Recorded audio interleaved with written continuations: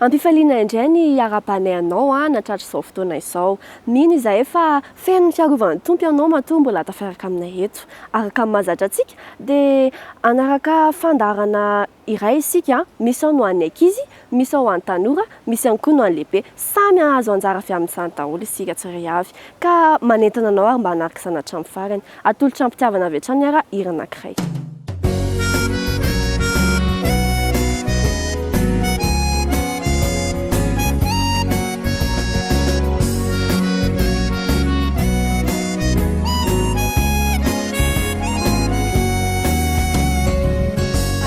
Tsika nde hivavaka, evavake, hivavaka minandra manitra, ilay nananatsika. Alona tsika nde hivavaka, evavake, hivavaka minandra manitra, ilay nananatsika.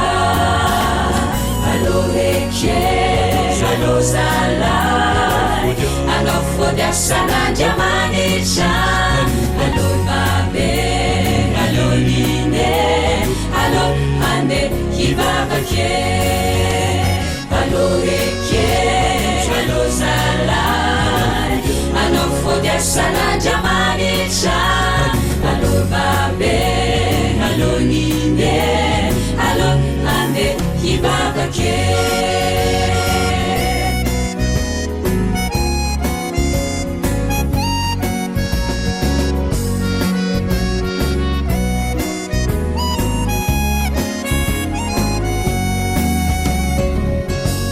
Mangattakandro laveke, hivavaka, evavake, ty fiainana mivadibadike, anio no tsarindrindra.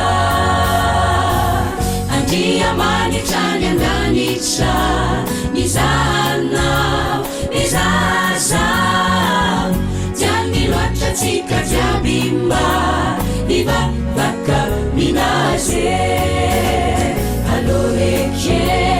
Allo zalay, anao fodiasana manitra, allo babe, allo line, allo ande hivavake.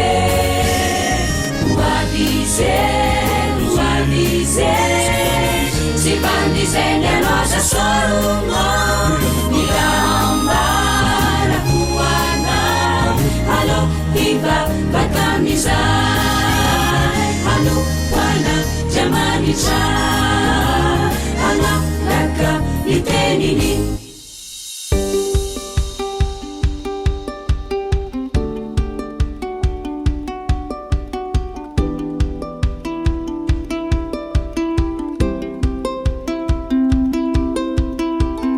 Androany iretsika rakizy dia hianatra hanamboatra n'ity fitoerana stylo ity. Ny fitaovana ilayntsika amin'izany dia reny vilia jeté reny. Tsy aririny reny vilia jeté anankiray dia taratasy misy loko anankiray izay ananantsika, dia crayon anaovantsika sary dia mila hety ihany koa isika ary agrafeuse ny farany. Dia izao ary jery fitaovana daholo ny ankizy fa aorianan'ity iraray ity isika dia hanomboka ny fanamboarana azy.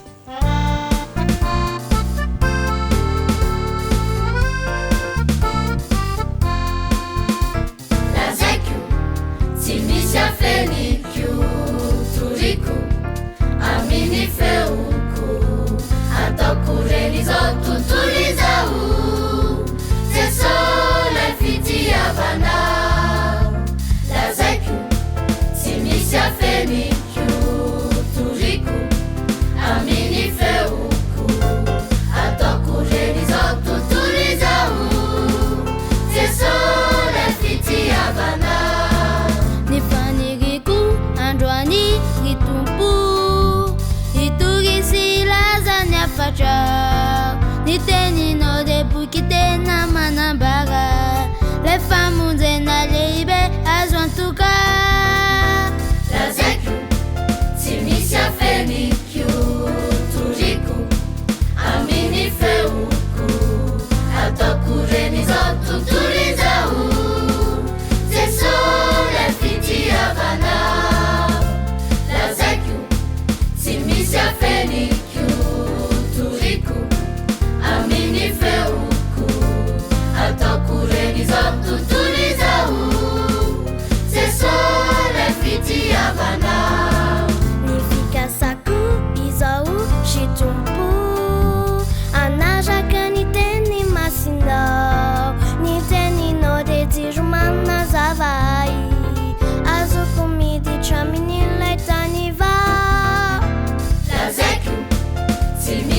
fenikio toriko amin'ny feoko ataoko reny zao tontolo izao Jesosy lay fitiavana lazaiko tsy misy afenikio toriko amin'ny feoko ataoko reny zao tontolo izao Jesosy lay fitiavana ataoko reny zao tontolo izao Jesosy lay fitiavana Jesosy lay fitiavana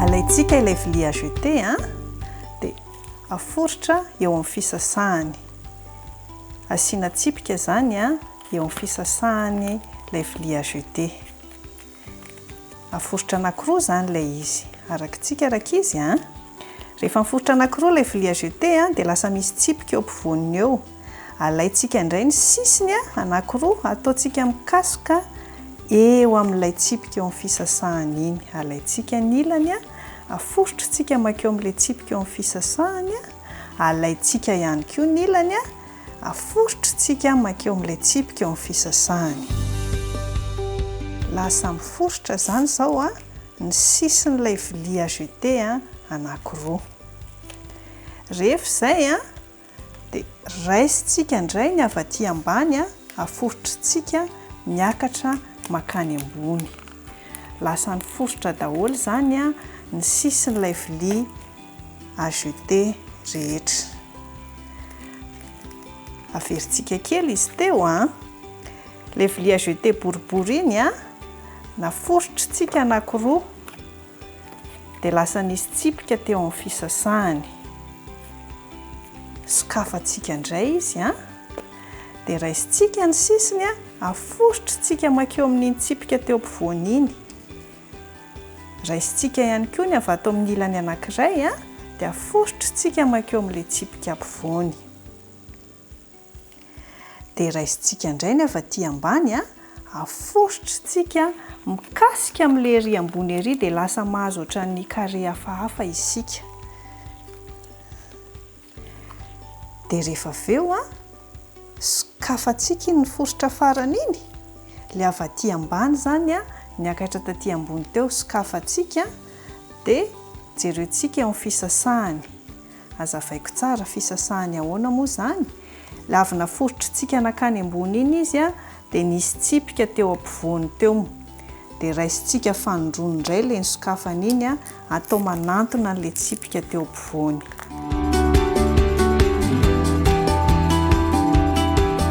forotra tsara atao mahazo pli tsara ilay izy isaky ny aforotra dia averintsika sokafana indray lasa nisy tsipika anankiroa zany azotsika dia rehefa izay dia averina sokafana indray zany dia raisitsika mikombona amin'izay izy lasa ohatran'ny hoe boaty kely lasa ohatran'ny boaty kely izy ny andraisantsika anazy raisitsika ilay ao anatiny nisy naforotritsika tamin'ny voalohany dia iny raisitsika ilay ao anatiny iny dia atambatra averiko tsara tamin'ny voalohany tsika dia nanao hoe alaina ilay avy any amin'ny sisiny aforotra makeo amin'ilay tsipika ampovoany dia iny anankiroa naforotritsika nakeo amin'ny tsipika ampovoany iny raisitsika avy ao anatiny rehefa raisitsika avy ao anatiny izy dia akambatsika amin'ny agrafeuse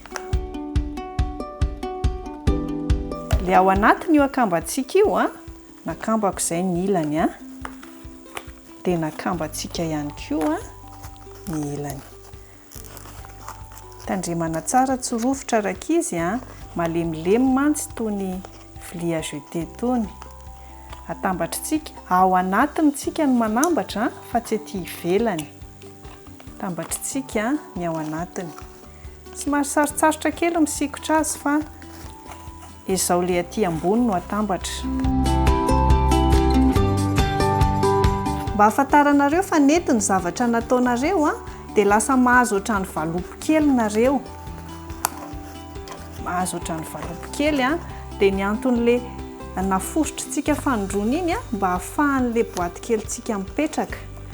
Somary amboarina kely le eo ambaniny. Rehefa voaraikitra reo iny dia hitanareo hoe lasa ohatra boribory le eo ambany tsy afaka mipetraka. Dia somary ezahana amboarina kely a mamoaka mahitsy. Mba tsy ho boribory zany dia asiana miforitra kely. Asiana miforitra kely a mba hahazo toerana tsara. Dia hitantsika fa lasa mipetraka ohatra boaty kely ilay izy. Dia amoronantsika endrika amin'izay izy rehefa mipetraka toy ny boaty kely. Izay endrika tiantsika feky zao ny ny endrika ataoko a asiako masony. Asiako masony a le avy aty aloha. Asiantsika masony tsara tarehy. Mino fa ny ankizy kely rehetra mahay manao maso daholo a. Iny le maso any ivelany a. Tao tsara ny masony. Tsy voatery atao sary le izy fa azonareo haingona arak'izay tianareo fa ny azo ny safidiko a ataoko sary ny anandro any dia asiako masony a, asiako sofiny a, asiako vavany. Boarina tsara ohatr'izay. Asiantsika masony tsara izy. Rehefa vita ny masony a dia asiantsika vavany izy.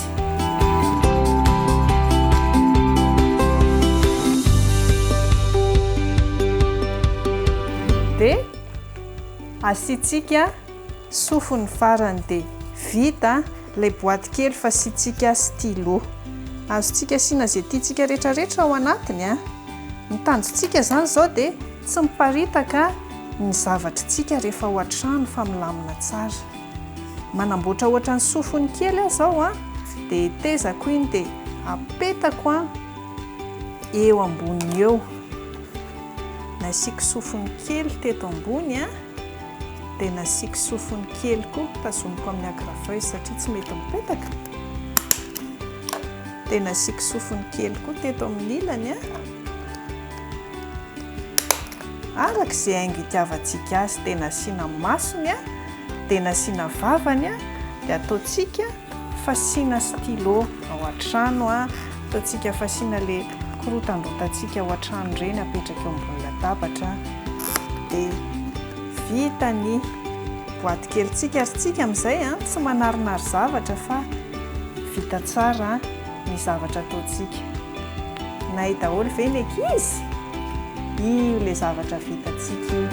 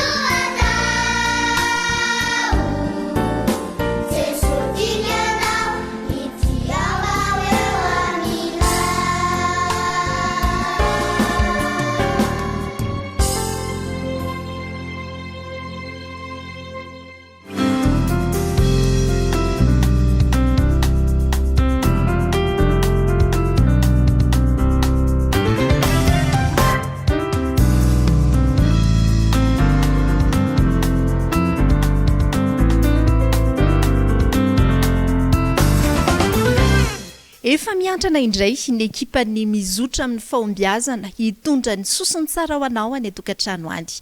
Miaraba tompoko lahy finaritra tompoko vavy tafaraka aminao eto izahay miaraka amin'ireto tanora mahafinaritra ireto izay hitondra loha hevitra mahaliana ao aorianan'izao fanolorana izao.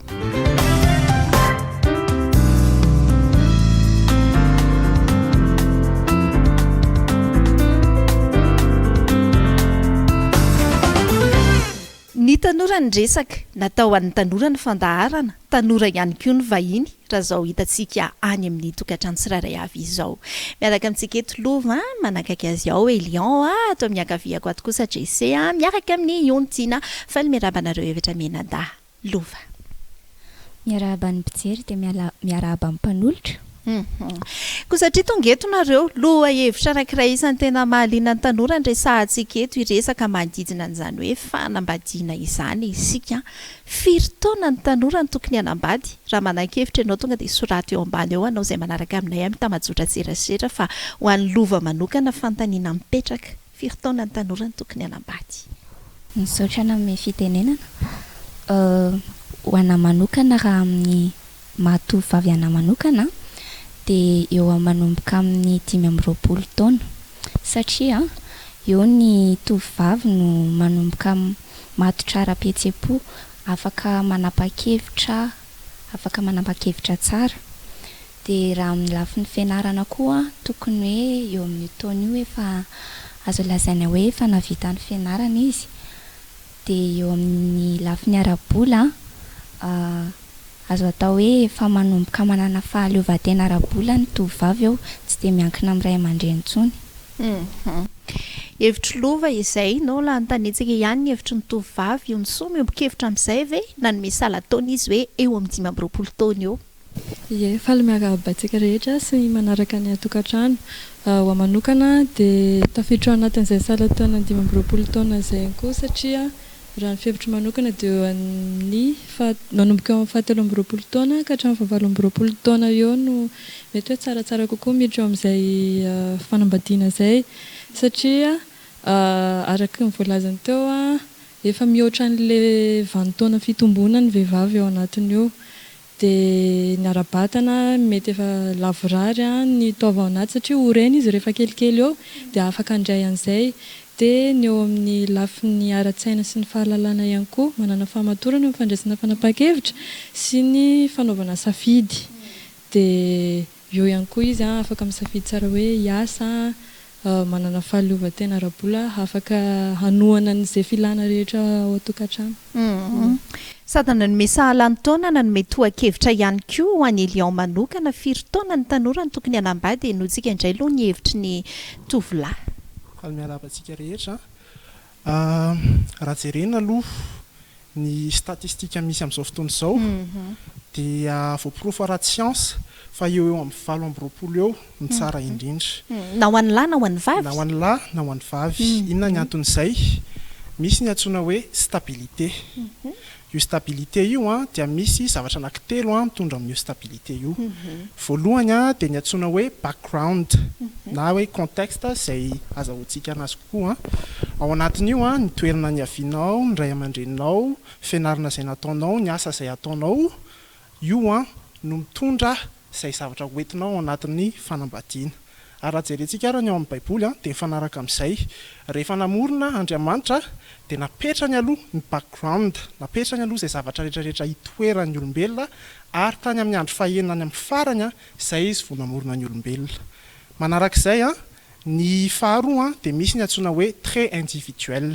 Ao anatin'io indray misy ny toetranao, ny individualité anao, ny attitude anao ary koa ireo karazana zavatra izay mety ho hainao antsoina hoe skills. Io miankina amin'ny tenanao manokana indray. Mety tany ampianarana no nahazo an'izany, mety tany amin'ny ray aman-dreny, mety ianao mihitsy ny nianatra anazy manokana. Ary ny fahatelo dia ny trait social. Io trait social io indray dia ny fahaizanao mifandray amin'ny olona, fahaizanao micommuniquer, fahaizanao miresaka, fahaizanao migérer izay mety ho conflit mety hisy, ary koa fahaizanao mizara fahefana satria mazava ho azy rehefa anaty fanambadiana dia misy fahefana izay ananana mandrakariva. Dia amiko manokana izany matoa any ho any amin'ny 20 taona any dia any ny olona anankiray izay vao mety tena assurena hoe voafehany daholo izay rehetrarehetra izay ananany an'ilay stabilité. Ny tanjona zany dia ny anana stabilité raha ny voalazany Lion teo. Todika indray JC efa nisy sahala-taona vitsivitsy teo 5 7 na ho an'ny lahy na ho an'ny vavy somary nanindry kely fotsiny lova hoe amin'ny mahavehivavy azy no anolorany an'ilay sahala-taona 5 fa ho an'ny JC manokana firy taona eo ny tanora ny tokony hiditra amin'izay sehatry ny fanambadiana izay. Mamerina ny fiarabana ho antsika rehetra dia raha ny hevitro manokana aloha dia ny valiteniko amin'ny fantaniana dia hoe mirosoa amin'ny fanambadiana rehefa vonona. Zany hoe hafa kely satria ilay fanontaniana hoe firy taona ary dia ho avy amin'izay valiteny izay tsika. Tiako tenena amin'ilay vonona dia matotra. Izay zany ny aspect anankiray tiako jerena manokana ny satria efa maro ny voalaza teo. Hotsindriko manokana fotsiny ilay hoe ho an'ny lehilahy dia ny lehilahy tsy maintsy mamelona ka ho itsahako tena ataoko mazava hoe mila manana antom-pivelomana zany vao miroso amin'izay. Fa hiverina ho an'ny rehetra amin'izay zao, izay no an'ny lehilahy tsy atsiaritra fotsiny. Ao zany misy ny hoe fahavononana ara-batana, ara-tsaina, ara-tsosialy, ara-panahy, ara-pihetsepo. Dia raha hijerintsika ny tenin'ny Ellen White, message à la jeunesse, dia hozy izy hoe manomboka 20 taona ny olona vao antenaina ho matotra, manomboka mitsiry ny fanantenana. Raha alohan'ny 20 taona zany ianao dia tonga dia fano ny eritreritra ny anambady, sahako miteny an'izany anio. Ary efa ny statistika dia efa milaza fa manambady alohan'izay 20 taona izay dia avo ny atao hoe probabilité ana divorce, fisarahana, fitsaliana anaty fanambadiana. Ny ara-tsiantifika ny anohanantsika ny tenin'ny Ellen White dia hoe ny partie any atodoha izay matotra farany indrindra dia ilay antsoina hoe lobe frontal. Izy io raha ny fikarohana dia eo amin'ny 25 taona eny ka hatramin'ny 17 taona ny olona ara vao tratra izay. Iny zany dia entiko hanamafisana ilay fikarohana efa nafisehoan'ny namako teo hoe late 20s and early 30s izay moa ilay fiteny anazy, manomboka 28 à 32 ans eo ilay fotoana mety indrindra. Amin'ireo fotoana ireo zany ilay olona no efa azo atao hoe matotra. Efa vodina ny hiditra amin'ilay fanambadiana. Dia maro moa ny afaka tenenina momba an'izay, fa raha hiteny iray tokana noho ny fotoanantsika voafetra. Dia tia tenina mpanoratra anankiray ity ngamba no tiako vakiana amintsika dia avy eo moa zany modikako amin'ny teny gasy malalaka, tsy moa ilay izy teny vahiny. Krawick izay na raha n'ilay mpanoratra dia ilay izy moa teny vahiny teny anglisy dia vakiako avy eo zavaina ihany. Krawick explains that people should be old enough to understand the difference between true compatibility and puppy love, yet young enough that they're not set in their ways and unwilling to make adjustments to habits and lifestyle. Raha ho adika tsotsotra zany dia hoe tsy tsara ianao raha lasa loloatra. Satria raha lasa loloatra ianao dia mbola tsy voafaritra tsara mazava ilay atao hoe coup de foudre ve sa tena fitiavana. Dia nefa manoloana izay koa dia tsy hoe lasa loloatra ihany ny tandremana ny fiainana, fa misy koa ny azo lazaina hoe tara, mba tsy tenenina hoe tara loatra. Ilay fahatarana sahana eto rehefa melehibe ny olona dia mitombo ny hevitra anana ka rehefa be ohatra ny hevitra dia tsy mahavita miova tsony dia miadapte amin'ilay fiainana ilaina ny hevitra izay ao tokantrano. Tena manana hevitra mafonjy reto tanora izay mivahiny ato amintsika ireto amin'ity anio ity a misy ifandraisany be dia be amin'ny hoe fahombiazana eo amin'ny fiainan'ny tanora ny fidirana amin'izay sehatra ny fanambadiana teo izay ary izay ny tiako antaniana manaraka satria savaravina ny ilazana hoe firy-taona ny tanora ny tokony hiditra amin'ny sehatra ny fanambadiana. Raha ny resaka reto eo nefa indrindra ho anareo tovolahy zany a dia ohatra ny hita takatra hoe tsy dia miankina amin'ny taona loatra ilay fidirana ao amin'ny fanambadiana. Ahoana ny fahitanareo an'izay a miankina amin'ny taona ve ny fanapahan-kevitra hiditra amin'ny fanambadiana? Raha tsy a dia miankina amin'inona ary? Ato amin'ny Elion ngamba aloha meko fitenena voalohany. Tsy miankina amin'ny taona ny fanambadiana. Satria araka ny efa voateny teo misy ny antsoina hoe fahamatorana, misy ny antsoina hoe stabilité. Ny olona rehetrarehetra tsy voatery hitovy. Misy ny olona sasany mbola tanora be izy ataoko hoe any amin'ny 21, 22 dia efa tratrany anazy izay. Misy indray kosa nefa ny olona mbola somary taraikiraiky. Ka noho izany sarotra be ny ametra hoe amin'izao taona izao ianao tokony manambady. Fa arakaraka ny tsirairay avy io rehefa hitantsika hoe matotra amin'izay tonga amin'izay fotoana mety dia afaka mirosa amin'izay. Miatokatoko lova teto ankilany teto. Manao ahoana ny fahitan'ny lovan'izay miankina amin'ny taona ve ny fanambadiana raha izay resaka ny fanaovantsika teto izay? Mitovitovy amin'ny zavatra nyteneniny teo ihany no hevitro. Rehefa vonona ianao dia afaka miroso. Vonona amin'ny lafininina aloha? Vonona amin'ny efa nitenenina daholo teo lafiny ara-tsaina, ara-batana, ara-panahy indrindrandrindra. Ny lafiny ara-panahy tiako tsindriana kely hoe Andriamanitra no tokony lohalarana eo amin'ny fanambadiana ary rehefa matotra eo amin'izay lafiny ara-panahy izay ianao dia tokony afaka mahavita miregle ny problème rehetra eo amin'ny tokantrano. Somary hitatra kely ary sika inona no mety ho hitanareo hoe voka-dratsy ateraky ny fanambadiana aloha loatra satria raha ny taona ny menareo teo sy ny antony teneninareo ankoatra ny taona izay nanomboka teo amin'ny 5 nareo dia nilaza koa nareo hoe olona efa manana fahamatorana. Inona no mety ho voka-dratsy ateraky izay le hoe fanambadiana aloha loatra izay? Betsaka ny point négatif mety ateraky izay fanambadiana aloha loatra izay. Natsidika teo moa le hoe ara-batana mety hisy complication vehivavy foana no akako ohatra. Betsaka ny complication mety hitranga rehefa eo am-piterahana fotsiny ohatra eo amin'ny hery ara-batana ahazakan'ilay fitaizana ve satria tena be dia be ny fikolokoloana mila atao an'ny ankizy rehefa tonga eo akoatra ny asa izay sahanina hoe asa fivelomana dia eo amin'ny lafiny ara-pahasalamana aloha izany dia efa mety misy point négatif be dia be. Dia eo amin'ny lafiny ara-piarahamonina ihany koa indraindray lasa ohatrany hoe tsy mitoetra intsony ilay fitiavana rehefa tsy voafaritra hatrany am-boalohany ilay nidirana atao amin'ilay fanambadiana dia lasa mety ho fiarahamonina fotsiny sisa ao an-trano dia mety ho tsy zarizary ny fitaizana ny ankizy, fikarakarana ny amin'ny hoe vady sy ny fikarakarana ny ao an-tokantrano mety ho latsaka kely izany dia teraka olana foana nefa rehefa misy zavatra latsaka ohatr'izay hoe nisy tsy fahampiana talohan'ny hidirana teo amin'ny fanambadiana dia mila fahavononana be dia be izany. Jesse manan-kambara manodidina an'izay. Tena te hanindry zavatra manokana mihitsy eto. Teo efa niteny an'ilay olana raha ohatra ka hoe lasa loloatra taray kely ilay niteneniko teo aloha teo ilay hoe tsy mahavita miova intsony fa dia tiako tenenina eto ny anisany olana mitranga raha lasa aloha loatra indray ary. Teo moa nisy fanontaniana hoe miankina amin'ny taona ve sa tsy ilay taona izany tsy maintsy apetraka ny référence amin'ny fiainana amaro-pitonao hoe aiza ho aiza. Io izany tsy lalam-piainana hoe rehefa 17 taona sy 10 andro ianao dia manambady ianao izany androany. Izay ilay izy. Fa mila manana référence nefa ianao amin'ny fiainana. Verina amin'ilay tena izy amin'izay azo hoe inona ilay mety olana mazava ho azy fa ny anambadiana tsy hisarahana dia mety hisaraka. Inona ary ilay antony hampisaraka? Ataoko direct ilay izy ho an'ny tanora mantsy satria ny tanora no mety hoe lasa aloha.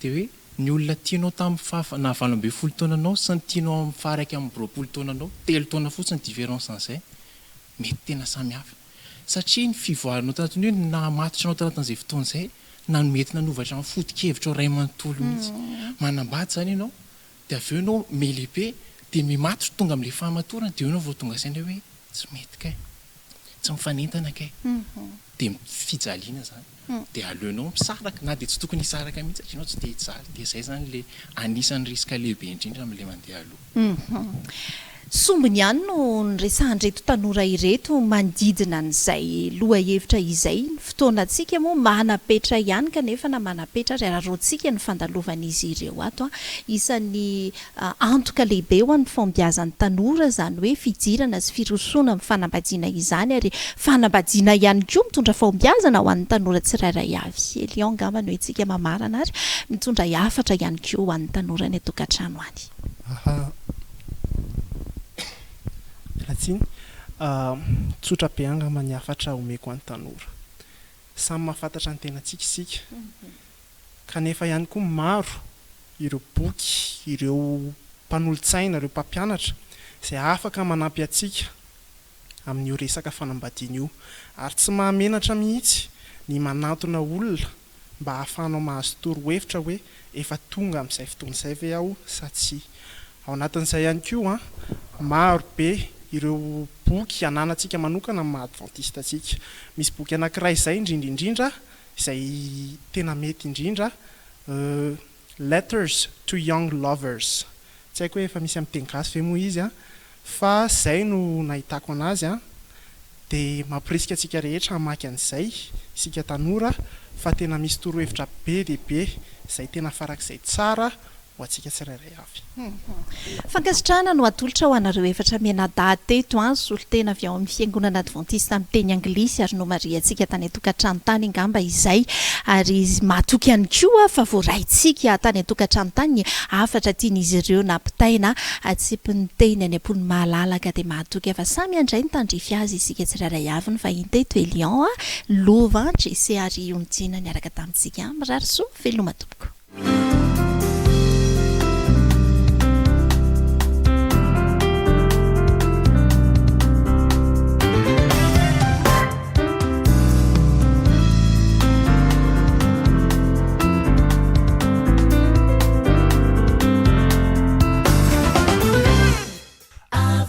Sing, he paid the price and Jesus bore it all. I've heard them sing, I'm coming home, and heed the master's call. I've heard them sing the modern songs and songs of long ago. But amazing grace, so sweet the sound is the sweetest song I know. Amazing grace, so sweet the sound.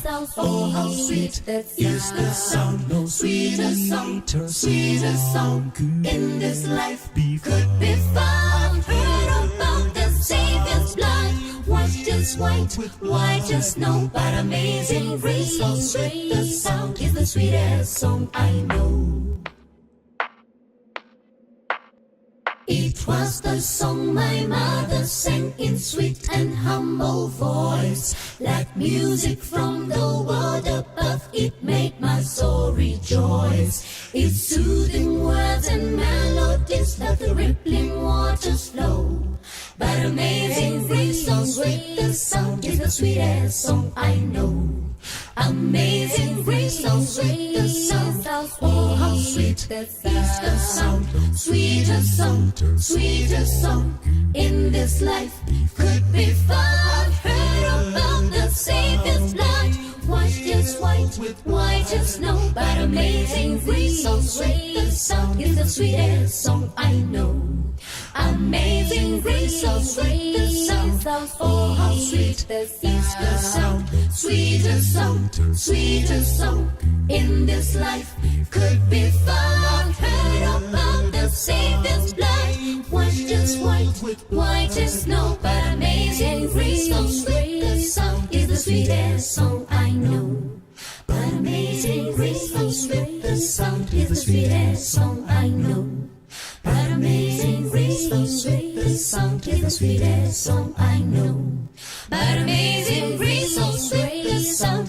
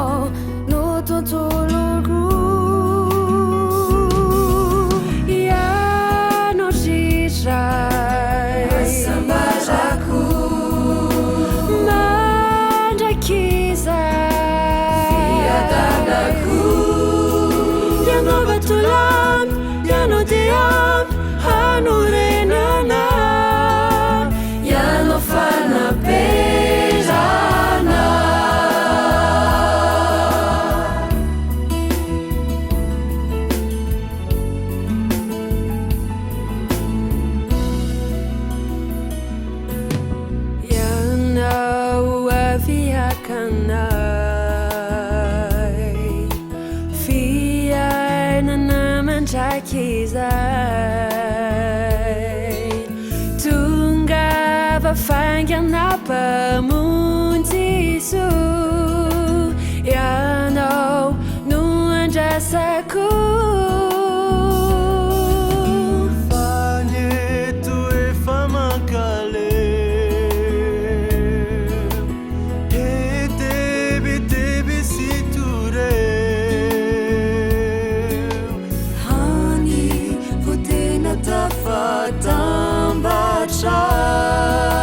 tontolo masambatra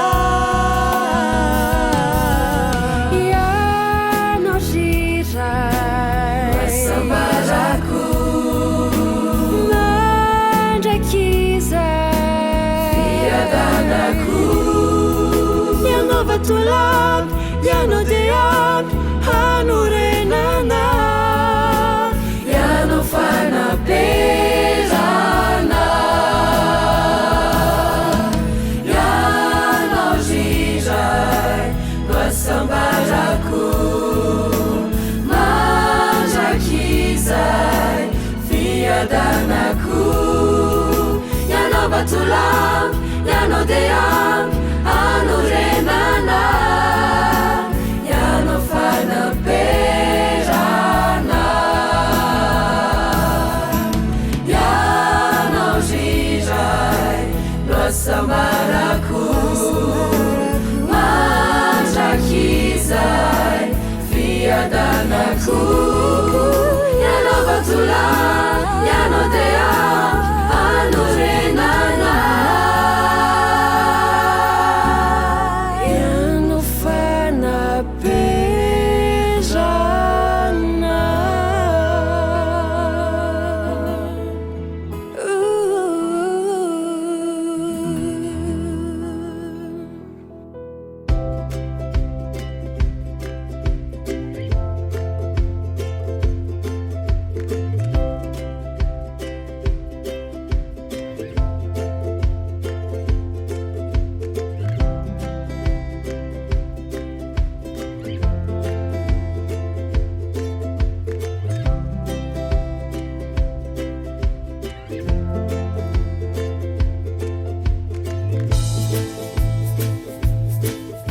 ampifaliana indray no hiara-bananao amin'izao fotoana izao tonga soa eto amin'ny fandaharantsika indray iresaka mahakasika ny tanjona indray isika amin'ity anio ity ny olombelona tsirairay avy dia samy manana faniriana samy manana tanjona dia amin'ny fomba ahoana ary no entina manatanteraka izany voalohany indrindra dia fantaro aloha izay zavatra tena tianao sy izay zavatra tena hainao rehefa fantatrao zany ny tenanao ny zavatra tianao sy ny zavatra hainao fa aiza manaonao izany dia mametra tanjona mila manana tanjona ianao zany apetrao le tanjona raketo an-tsoratra izany rehefa voarakitra ao an-tsoratra ny tanjonao dia ataovy lista daholo indray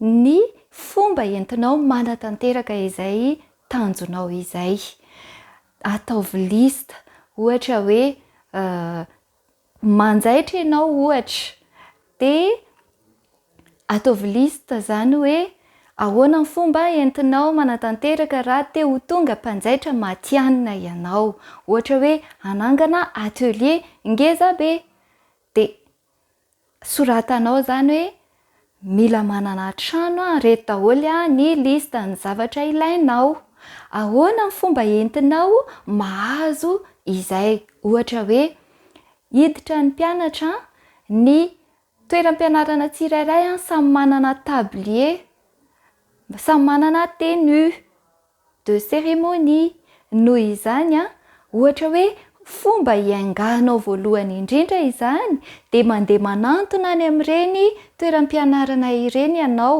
ohatra zany izay no entina aminao fa tsy voatery izay akory dia manantona any amin'ny toeram-pianarana iray ianao dia miresaka amin'ny tompon'andraikitra ao amin'ilay sekoly za dia mpanjaitra afaka manjaitra tablie ho an'ity toeram-pianarana ity, afaka manjaitra tenu ihany koa na fanamiana iraisana izany.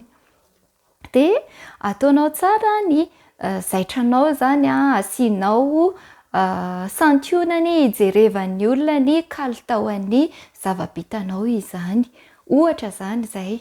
De manjaitra n'izay zany no ataonao de apetraka ao any amin'ilay toeram-pianarana, iny zany no azonao vola voalohany, zany hoe vola iaingana na fond hoy isika izany. De manana fond amin'izay ianao na manana ilay teti-bola izay entinao iaingana, manatanteraka ilay nofinofinao, de soratanao ao daholo zany izay rehetra izay. Mila trano ianao, mila machine, ohatra hoe machine le tena professionnel zany, de marobe ny fitaovana ilainao anatin'izay, de ataonao lisitra izay. De tonga de miasa avy hatrany zany ianao fa tsy mangataka-andro. Ny fangatahan'andro de tsy mampivoatra mihitsy, fa vao fantatrao, vao petrapetraka tsara zany ny fanirianao sy ny tanjonao sy ny fomba entinao manatanteraka izany, ento eo amin'i Jesosy iny tanjonao iny, iny lisitra izay nataonao iny, ento eo amin'i Jesosy isan'andro. De miaino mivavaka izay ataonao Jesosy rehefa mifanaraka amin'ny sitrapony ny zavatra ataonao.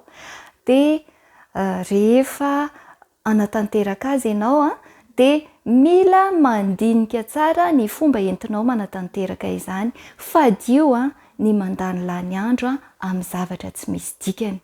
Fadio ihany koa ny kivy, ny olana de tsy maintsy misy foana eo amin'ny fiainana, aza mety ho resin'ny sakatsakana ianao.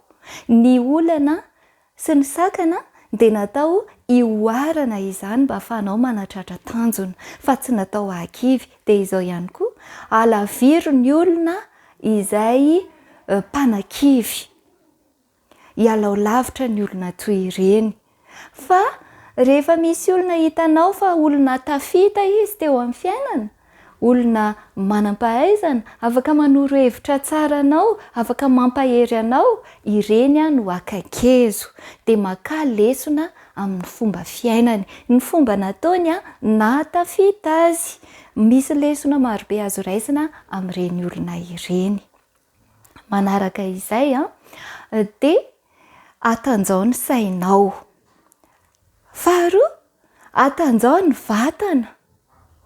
Tsy mahazo malemilemy kely.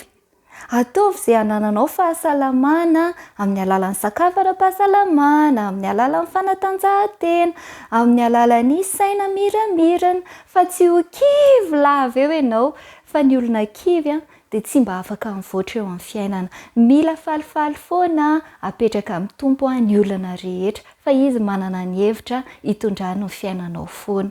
De izay tanjatsaina sy tanjaky ny vatana izay no ahafahanao miatrika sy manatanteraka ilay nofinofinao. Miasa mafy zany, aza mandany lany andro amin'ny resaka tsy mahasoa sy amin'ny zavatra tsy mampandroso. Ny fotoana izay nomeny tompo anao de ampiasao araka ny tokony ho izy, hoentinao manatsara ny fiainanao sy ny hoavinao rehetra sy ny hoavin'ny ankohonanao ihany koa. De izay ary no azoko natolotra anao indray mahakasika an'izay hoe fomba fanatrarana tanjona izay. Ny mbola tiako amafisina kely de hoe ny olana tsy maintsy misy mahereza mivavaka, natao ioarana izy ireny. Ny tanjona tratraro mbola azonao atao raha manao mihoatra noho izay efa tanjona napetraka ao izay rehefa ny tomponao metrahanao ny tetikasanao sy ho tanjonao io. Fadio ny manaiky ho akivian'ny olona, alaviro ireny olona ireny. Ny olona efa tafita no andraiso lesona, andraiso traikefa, de miasa mafy. De mirary soanao ary atanteraka ny tanjona sy ny nofinofy izay efa nofinofisinao mety efa tao anatin'ny fotoana maro izany. Mirary soanao ary mametraka amin'ny veloma mandra-pitafa ho manaraka indray. Veloma tompoko.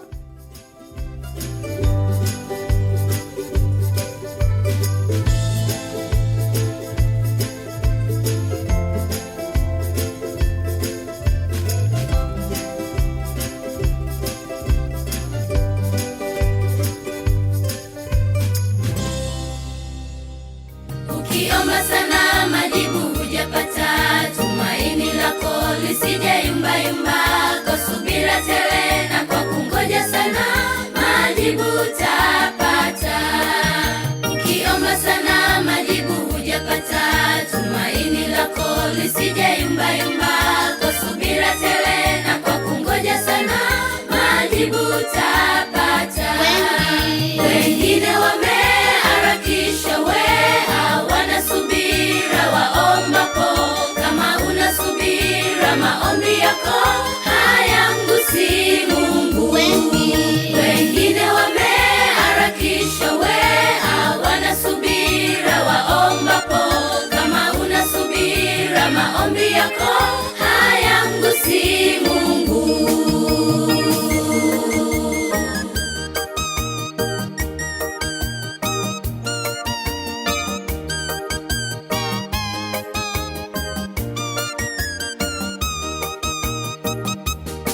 Nabii wake Mungu Danieli wa kale aliomba sana majibu hakupata, kwa subira tele na kwa kungoja sana Mungu alimjibu. Nabii wake Mungu Danieli wa kale aliomba sana majibu hakupata, kwa subira tele na kwa kungoja sana Mungu alimjibu. Wengine wameharakisha, we hawana subira waombapo.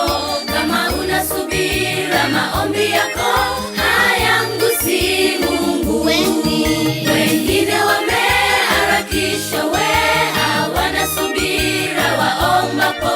Kama una subira maombi yako hayamgusi Mungu. Wengine wameharakisha, we hawana subira waombapo. Kama una subira maombi yako hayamgusi Mungu. Wengine wameharakisha, we hawana subira waombapo. Kama una subira maombi yako hayamgusi Mungu.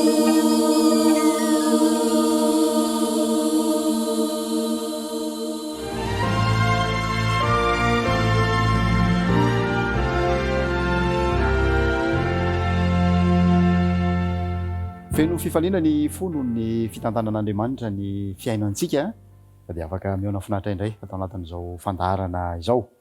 Efa ho herinandro maromaro zao no nijerentsika n'ilay lohahevitra mampieritreritra manao hoe ny fihevian'i Jesosy tena isy marina ve. Ny rahantsika namakafaka tamin'ny pasteur André Baratina Fanera ary tonga eo amin'ny famaranana n'izany lohahevitra izany sika androany. Miarabanao tonga soa. Natratra ny farany ihany koa pasteur. Ya miarabanao namana tinao ary amin'ny fifaliana ihany koa no iarabananao izay niaraka nandinika ny ten'Andriamanitra nandritra izay fotoana izay nifantoka tamin'ny ilay lohahevitra efa voalaza teo ary mankasitraka ny faharitanao sy ny faliananao andinika ny ten'Andriamanitra. Ny loko fa tsy nanenenanao ary nitondra lesona sarobidy ho anao fampietretana lalina izay fizarana maromaro izay narahantsika nandritra ny fotoana lavalava izay. Raha anaovantsika jeritodika kely iny lohahevin-dehibe iny dia nampitahain'i Jesosy tamin'ny olona izay niara-belona tamin'ny Noa.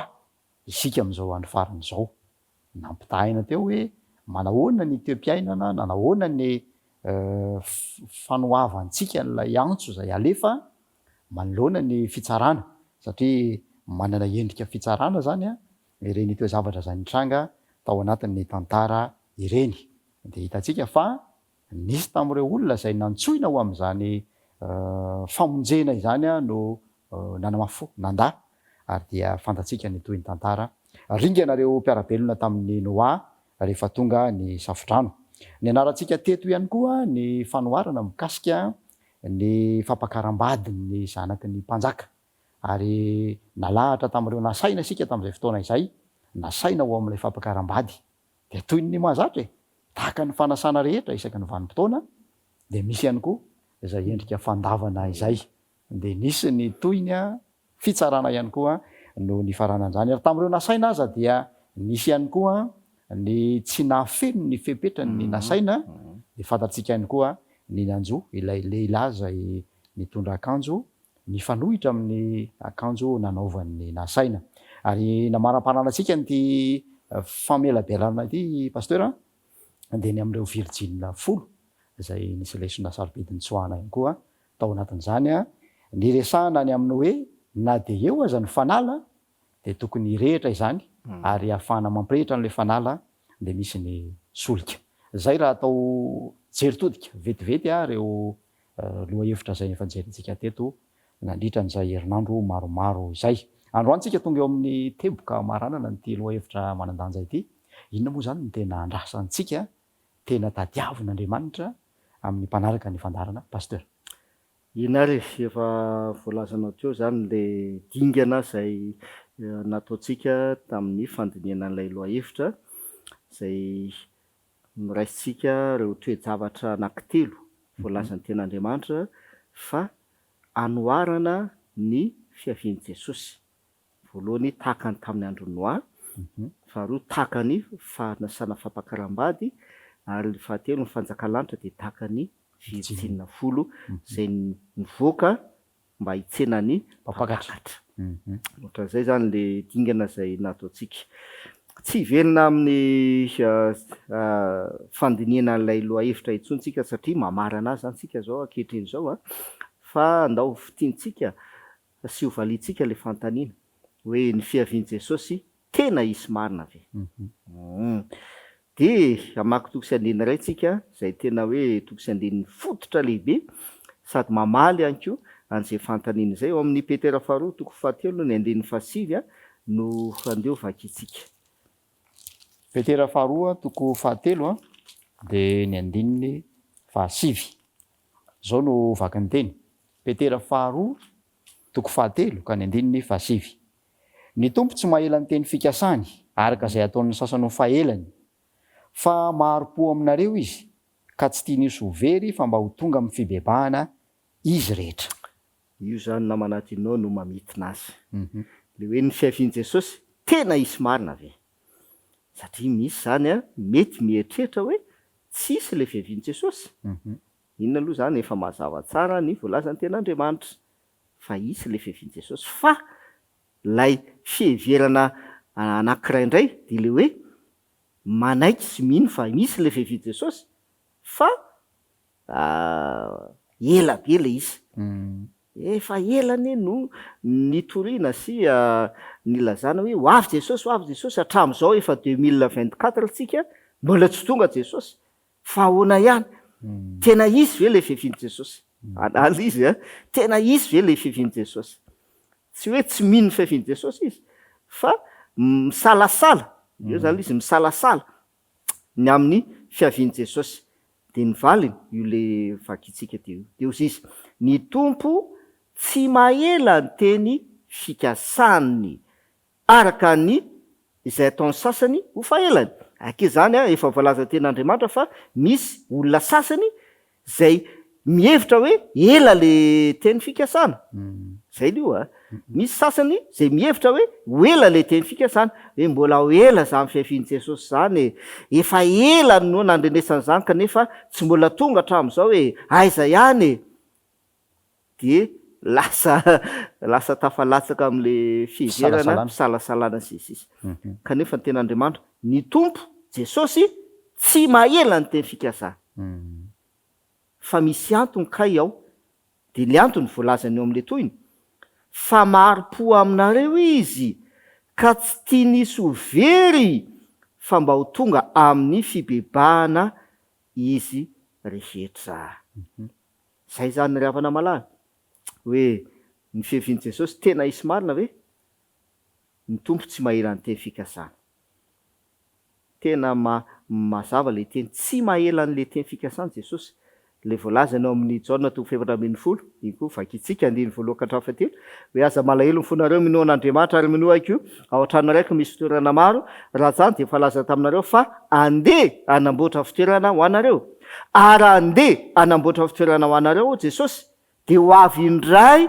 ka ndray anareo ho any amiko ka izay toerako no hitoerana teny fikasana asana apôstôly toko voalohany ihany koa milaza an'izany ny andiny fa 1:10 teny fikasana anko zay ny omeny Jesosy tamin'ireo mpianana hoe ry lehilahy Galiliana nahoana ny variana mijana eto mijery lanitra ianareo, iny Jesosy nampiakarina niala taminareo any an-danitra iny dia ho avy indray tahaka ny nahitanareo azy niakatra ho any an-danitra.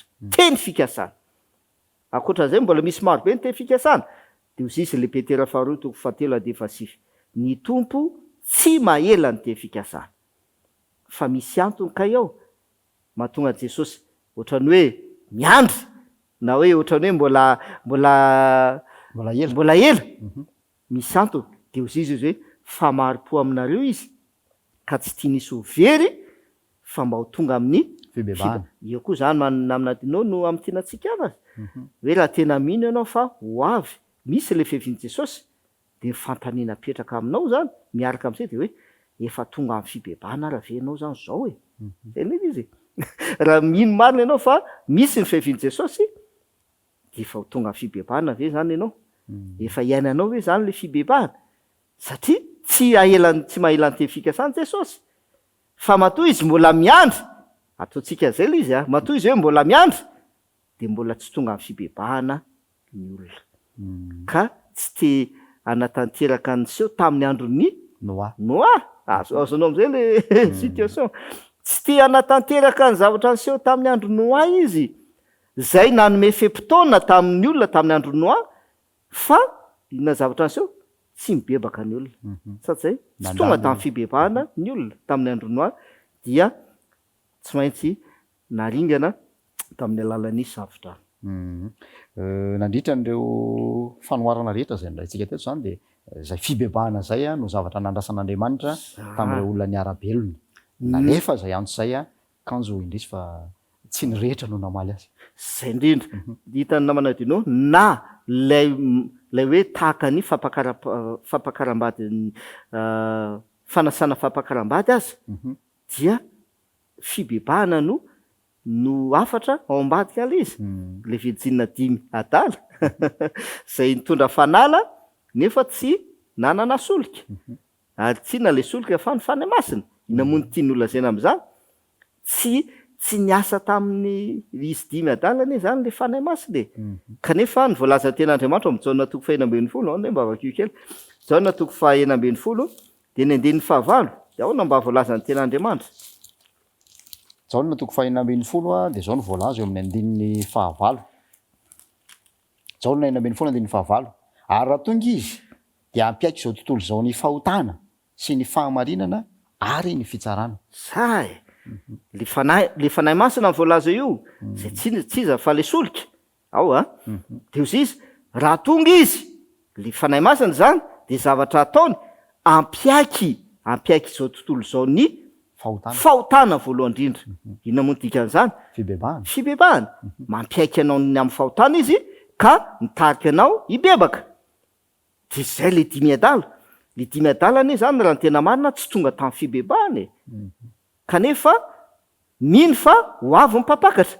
Kanefa niomana hitsena mpapakatra fa tsy tonga tamin'ny fibebahana izy. Azonao aminadinao. Dia zay le Petera 2:7-7 hoe ny tompo tsy mahela ny teny fikasana fa maro-po izy ka tsy tia nisy ho very fa mba ho tonga amin'ny fibebahana. Zay fanazavana izay no manampy antsika ahafantatra ny toerana misy antsika sy ny fanapa-kevitra tokony ho aizitsika. Inona zany zao no atao hoe pratikan'izay lohahevitra lavabe nijerentsika zay ho an'ny mpanaraka ny fandarana. Inona no andrasana amintsika tsirairay avy mba tonga an'le anafaingana ny fiavian'i Jesosy ho tena zava-misy. Toko sy andininy roa no vakiantsika namana dinao mamaly an'izay sady amin'ny tianantsika n'ilay lohahevitra. Petera 2 ihany no vakiantsika toko 7. Petera 2 toko 7 dia vakiantsika ny 2:20. Petera 2 toko 7 ka ny 2:20. Koa raha ho levona toy izany izao zavatra rehetra izao dia olona tokony hanahoana moa ianareo amin'ny fitondran-tena masina sy ny toe-panahy araka an'Andriamanitra. Zay.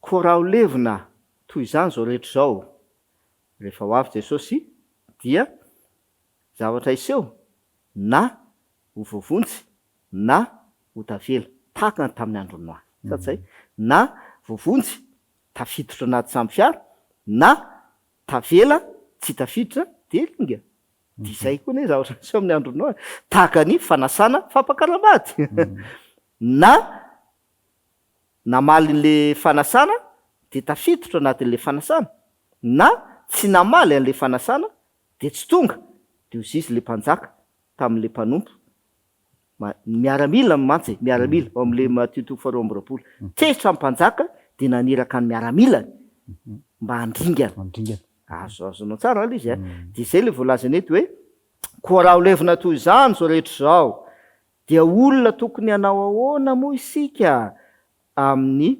fitondrantena masina sy ny toe-panahy araka an'Andriamanitra io zany le pratikalisy namana tino hoe aika zany le hoe ny fiaviany Jesosy tsy hoe zavatra ahoana reo zany hoe ampianarana sy azavaina fotsiny fa zavatra iainana kay le fiaviany Jesosy iainana raha tena mino ianao fa misy ny fiaviany Jesosy de iainana kay le fiaviany Jesosy amin'ny fitondrantena masina sy ny toe-panahy toetra de iainanao ary asehonao eo am'izay fitondrantena sy toetra zay fa tena misy marina le fiaviany Jesosy ia le hoe toe-panaraka an'Andriamanitra araka ny fanazavana lentinao tany amin'ny fandarantsika tany aloha toetra ny Kristy mihitsy izy io lay hitafin'ny mpanota atonga azy amarinina amasinina iaina fiainam-baovao ary araka ireo andininy maro samihafa zay va no kirakiraintsika tao anatin'ny fandaharana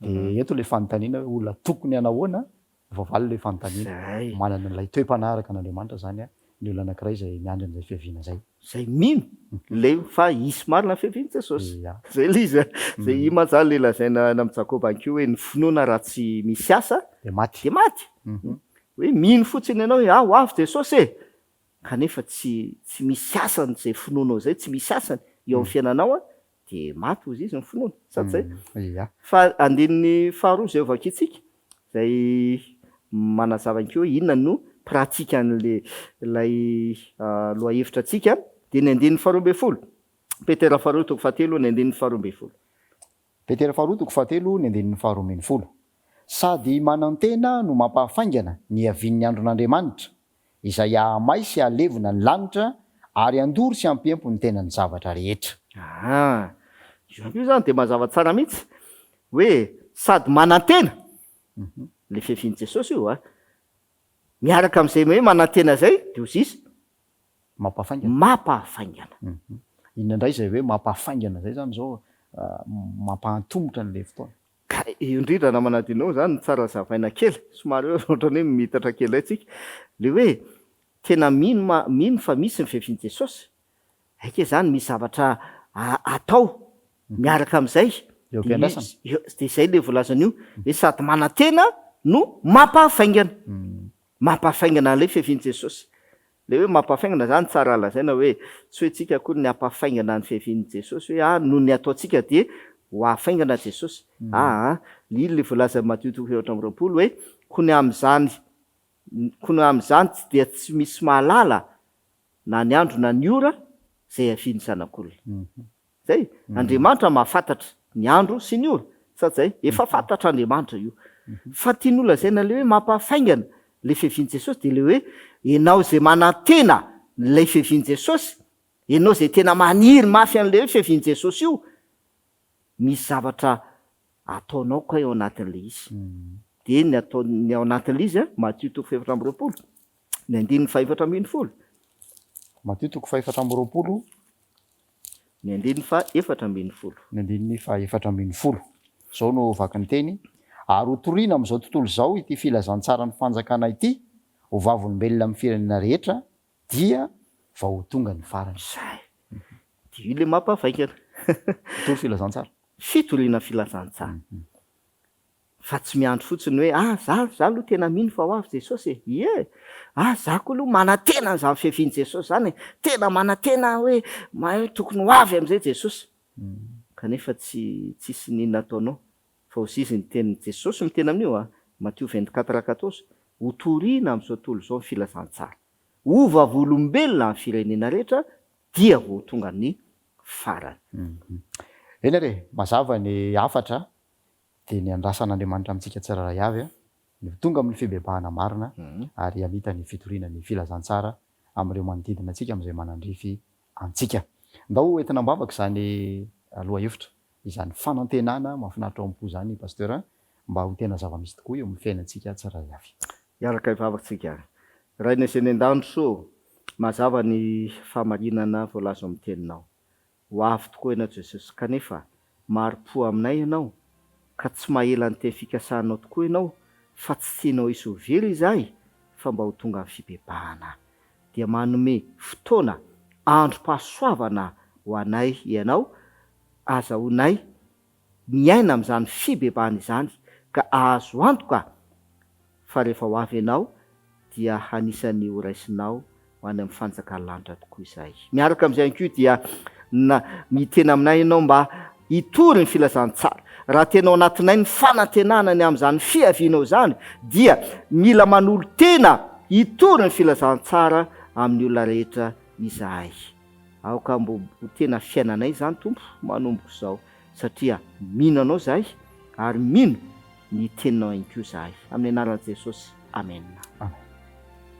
Dia mifarana eto ny fandarantsika amin'ny manaraka dia loha hevitra vaovao tena mahaliana indray no iarahantsika eto tena misy ve zany paradisa izany fanontaniana izay ho valiny ny pasteur ny paradina fanera anasany anao mpitiavana anaraka izany ihany koa ankasitrahana ireo mpiara-miasa rehetra ny fanometanana ireo teknisianina ny kirakira ny sary sy ny feo isaorana betsaka ihany koa ianao mpanaraka ny fandarana izay nanana faharetana ary inonay fa nahita fifaliana tao anatin'izay fandarana izay mandra-piresaka mandra-pijery tomboka lasy tompoko avy.